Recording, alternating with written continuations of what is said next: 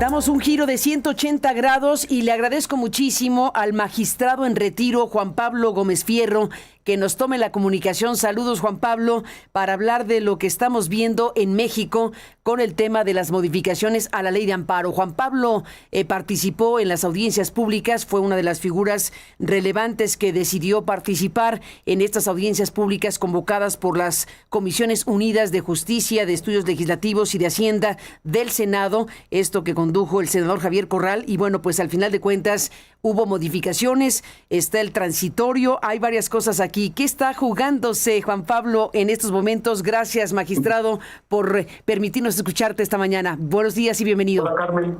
Hola. Hola, Carmen, buenos días. Muchas gracias por este espacio. Un saludo a ti y a todo tu auditorio. Igualmente, pues estamos en esto. ¿Cómo resumes lo que ha ocurrido, ya que estuviste en las audiencias, ya que conoces la iniciativa, ya que viste lo que se votó, ya que viste cómo dentro de lo que se votó se modificaron cosas y se le agregó este caramelo de el transitorio? ¿Qué dices de todo esto? Sí, veo varios aspectos preocupantes en esta reforma. No veo que se trate de una reforma que busque fortalecer o mejorar el juicio de amparo.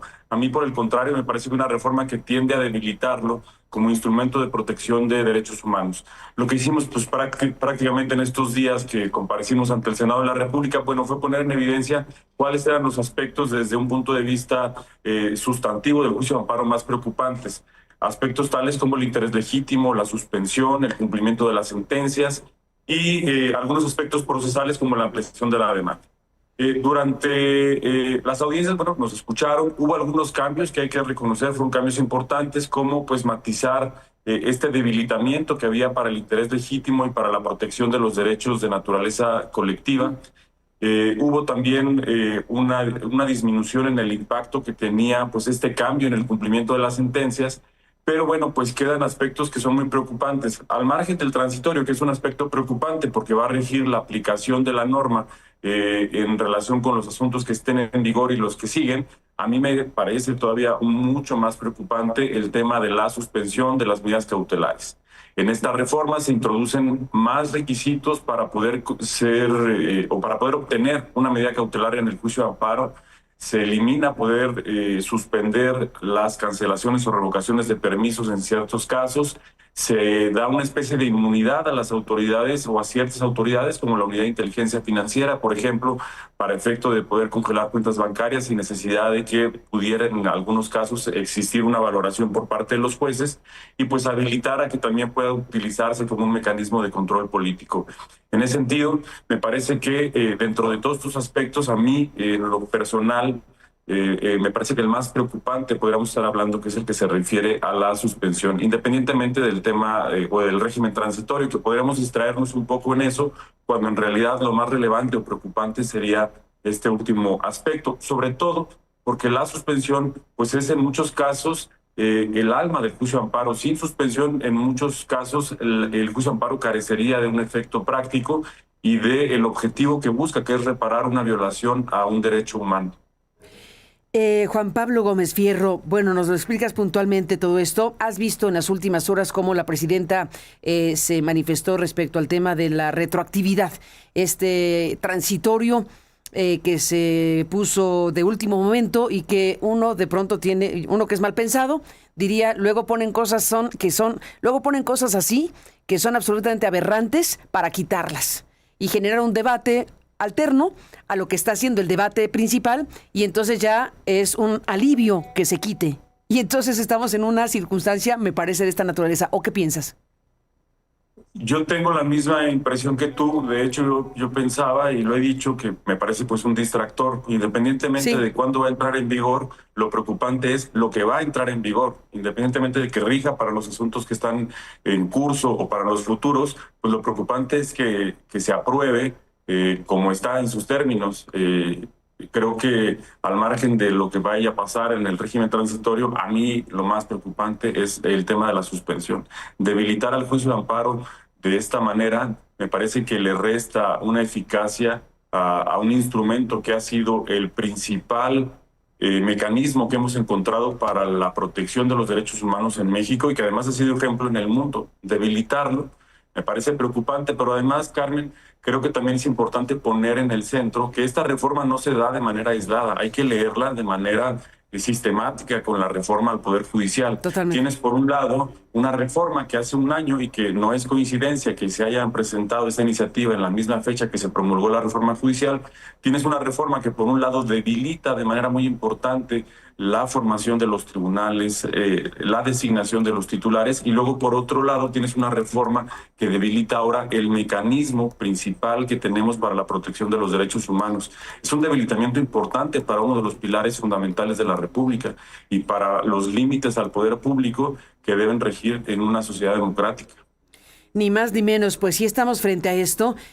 Habrás leído ya, Juan Pablo Gómez Fierro, en la prensa mexicana hoy, Reforma da a conocer que quien pidió la retroactividad fue la consejera jurídica de la presidencia. Es muy sorprendente porque, a ver, estamos hablando de un reporte que dice que al aprobar la nueva ley de amparo, la mayoría de Morena en el Senado avaló hacerla retroactiva. Esta solicitud provino de la consejera jurídica de la presidencia, según fuentes parlamentarias, dice Reforma. El senador Corral había advertido que aplicar una nueva ley o esta nueva ley de forma retroactiva sería inconstitucional, pero la instrucción ya estaba dada y el coordinador morenista, Adán Augusto López, se encargó de ejecutarla. Por la mañana de ayer, la presidenta llamó a los diputados a eliminar dicho artículo transitorio. Hay que respetar la Constitución. ¿Qué pasa aquí? ¿Qué interpretación le damos a esto? Juan Pablo, déjame sacarte del circuito jurídico estrictamente hablando para también analizar qué significa que haya sido la propia consejera jurídica de la presidenta que promovió algo en lo que no está de acuerdo la presidenta, algo de último momento. Es muy singular todo esto, ¿no crees? Sí, creo que como ya lo platicábamos, estamos desviando el debate hacia un tema quizá Político. menor, político y Pues, menor. oye, ni tan menor, ¿eh? con el- Ni tan menor, mayor en otro circuito que es el político, pero Correcto. de dimensiones distintas. O sea, lo jurídico, que es lo que estamos aquí destacando, pero este otro filón es bastante interesante para ver qué está ocurriendo dentro del poder principal del país hoy, del oficialismo, al final de cuentas. Sí, que podríamos interpretarlo, bueno, pues como un equilibrio de fuerzas al interior del grupo que está en el gobierno.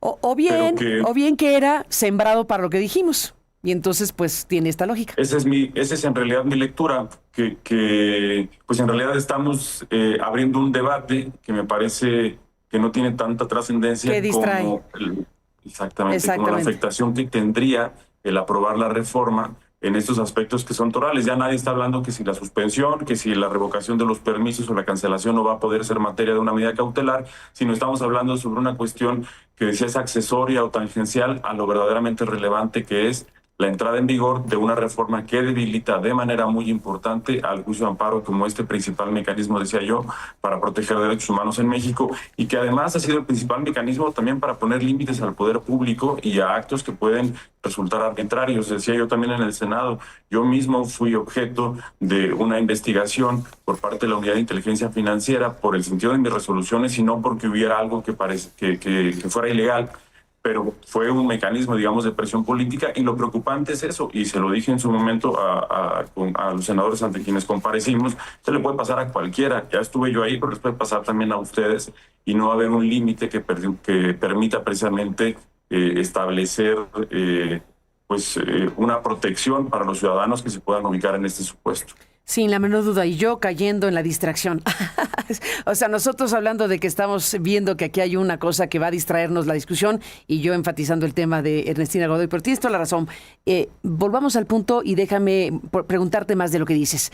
Estás diciendo aquí, cuidado con el tema de la suspensión. De todo lo que había en la iniciativa original y lo que se modificó, ¿qué resumen harías de lo que consideras positivo que se pudo haber modificado de lo que había y lo que quedó, que es precisamente el tema de la suspensión? En tu balance general, ¿algo rescatable aquí hay? ¿Algo que se destaque en términos de mejores mecanismos para acceder al amparo, mejores mecanismos para obligar a los juzgadores a que resuelvan en 60 o 90 días, cosas que pudieran destacarse importantes, que también son valiosas y que podrían también pues referirse en un balance integral?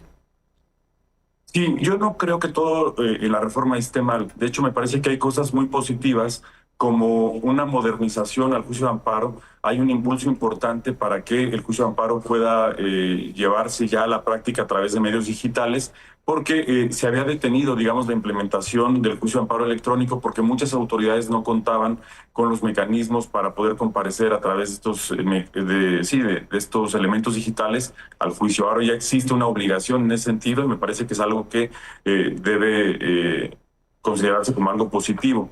También hay en otros aspectos, pues el establecimiento de algunos plazos donde ya la ley no preveía elementos para la resolución de asuntos, como en el caso, por ejemplo, del dictado de sentencias de primera instancia, donde no se habían establecido ciertos plazos, o para la admisión o tramitación de los recursos. Este establecimiento de plazos también me parece que es un aspecto sumamente positivo en este contexto. Ni más, sí. No, tiene, sí. Sí, y te decía, a partir de este Parlamento abierto que se dio entre lunes y martes en el Senado de la República, sí hubo algunos cambios que me parece que también fueron positivos. Había un debilitamiento muy importante para la protección de los derechos de naturaleza colectiva o difusa, con el establecimiento de requisitos adicionales para tener por acreditado lo que conocemos como interés legítimo, y que se eliminaron en el dictamen. Esto me parece que también hay que reconocerlo. Y también había mecanismos adicionales que debilitaban el cumplimiento y ejecución de las sentencias de amparo, que también se eliminaron del dictamen. Dentro de todo este aspecto me parece que hay que reconocer que en esta parte la iniciativa sí se matizó, digamos. Pero quedan otros muy preocupantes que no se eliminaron y que me parece que hay que poner el punto ahí, y que es precisamente, y vuelvo al tema de la suspensión, porque me parece que en muchos casos, sin suspensión, que el juicio de amparo deja de ser este mecanismo eficaz y protector para los derechos humanos. Tal cual, ese es el corazón del asunto. Juan Pablo Gómez Fierro, te aprecio muchísimo que nos hayas permitido escucharte, y pues tendremos que seguir hablando del tema porque ahora va a la Cámara de Diputados. Si en tu mano estuviera, Juan Pablo, revisar como legislador, ¿qué harías? Es decir, ¿qué le quitas, qué le pones en lo urgente, en lo que puede todavía hacer la Cámara de Diputados? Yo creo que lo principal el principal aspecto que podríamos hacer es eliminar estos requisitos adicionales que se establecieron para la suspensión, dejar un aspecto valorativo en ciertos casos que los jueces, incluso tratándose de operaciones con recurso de procedencia ilícita, no que deban conceder en todos los casos la medida cautelar, pero que puedan hacer un ejercicio valorativo para ver en qué casos sí y qué casos no se ubican en este supuesto, y que eventualmente pueden o no considerarse medidas cautelares. Y el tema de la revocación y cancelación de permisos, que me parece muy preocupante, porque podría ser un mecanismo también de presión, en el sentido de que si revocas o cancelas un permiso y no hay una medida cautelar, para el día que te digan que eventualmente tienes razón y que esa cancelación o revocación fue inconstitucional, la empresa o la comunidad a la que tiene una concesión, pues ya habrá tenido un daño prácticamente irreparable. Las empresas habrán tenido que cerrar, porque pues sin un permiso para operar, pues prácticamente se corta la posibilidad de funcionar regularmente. Totalmente de acuerdo. Un último asunto, Juan Pablo Gómez Fierro, a reserva de seguir hablando, si me lo permites, sobre todo los próximos días, ya con el circuito de la Cámara de Diputados. Bueno, como magistrado, ahora estás en retiro por lo que en su momento platicamos, como magistrado te tocó resolver muchísimas cosas, y en el sexenio de López Obrador incluso pues la persecución de la que fuiste objeto, porque yo creo que fue una persecución lo que ocurrió contigo, sin duda, y lo platicamos en su momento. En lo que te ha tocado vivir directamente como magistrado y como juzgador, también es verdad que ha habido usos y abusos del amparo. En esta parte de la historia donde se está alegando que en el tema fiscal, sobre todo en el tema de impuestos, ha habido abuso por parte de empresarios o empresas que han hecho valer las posibilidades que la ley permite para postergar por años el pago de impuestos. Ya está el caso icónico de Salinas Pliego y demás cosas, pero en esta parte, reflexivamente hablando y críticamente hablando respecto al amparo en México, ¿qué me dirías? Yo no sé si podríamos hablar, Carmen, propiamente de un abuso o del abuso del ejercicio de un derecho. Yo creo que en el momento en que podamos decir que ciertos casos sí y ciertos casos no, podríamos también entrar en un terreno, me parece preocupante, que podría dar caso a la arbitrariedad. Y es precisamente que los jueces y la labor de los jueces pues va a estar centrada en determinar si le habrá de dar la razón o no a una determinada persona. Pero decir, bueno, es que en los casos fiscales o en los casos penales no vamos a dar suspensión porque son casos muy graves, pues abre la puerta desde luego a la arbitrariedad. Incluso, por ejemplo, en un asunto de naturaleza penal, una persona que incluso cometió un delito y que puede tener una cierta responsabilidad, pues también tiene derechos derechos que deben ser respetados y que deben ser de alguna manera protegidos por los tribunales de amparo. En otro sentido, bueno, pues estaríamos entrando, te digo, en este espacio, me parece sumamente delicado. Incluso una persona culpable, entre más culpable, más defensa necesita, que se le apliquen las penas adecuadas, que se le respeten las garantías que establece en su favor la Constitución. Y bueno, pues yo creo que todos, independientemente del carácter de la persona, del sujeto, tiene un derecho reconocido en la Constitución para acudir a que se dirima una controversia, y ya serán los jueces caso por caso los que podrán o no darles la razón. Pero digamos que excluir a través de estos mecanismos porque hay temas o hay abusos, pues daría también lugar a otro tipo de abusos de ciertas autoridades a particulares que no lo deberían de soportar. Pues ahí está el tema, Juan Pablo Gómez Fierro, un asunto de enorme importancia que está en curso en México. Y bueno, pues seguiremos conversando, si me lo permites, digo. Por lo pronto, gracias por estar aquí esta mañana. Hasta la próxima. Hasta la próxima, Maya. Muchas gracias, Carmen. Gracias por tu espacio y por abordar estos temas tan interesantes. Un saludo a tu auditorio también. Igualmente, Juan Pablo, gracias por estar aquí. Gracias al magistrado en retiro que nos ha dado esta explicación y postura al respecto y nos está diciendo, ojo con el asunto, cuidado, y cuidado con los distractores disfrazados de artículo transitorio. Déjeme hacer una pausa y regresamos. Estaremos conversando en este estudio con el doctor Leonardo Lomelí Vanegas. El doctor, como sabemos, es el rector de nuestra máxima casa de estudios. ¿Qué ocurrió ayer en la marcha del 2 de octubre? ¿Qué ocurrió con el Centro Cultural Universitario? ¿Qué sucede con la seguridad en la UNAM? ¿Qué tipo de medidas se están tomando para regresar a clases presencialmente hablando después de que tuvieron que retirarse las posibilidades en estos días con motivo de el asesinato de un chico en el CCH y con motivo de amenazas que ha recibido la UNAM? ¿Qué está sucediendo en nuestra máxima casa de estudios? Platicaremos de eso con el rector en este estudio. Volvemos.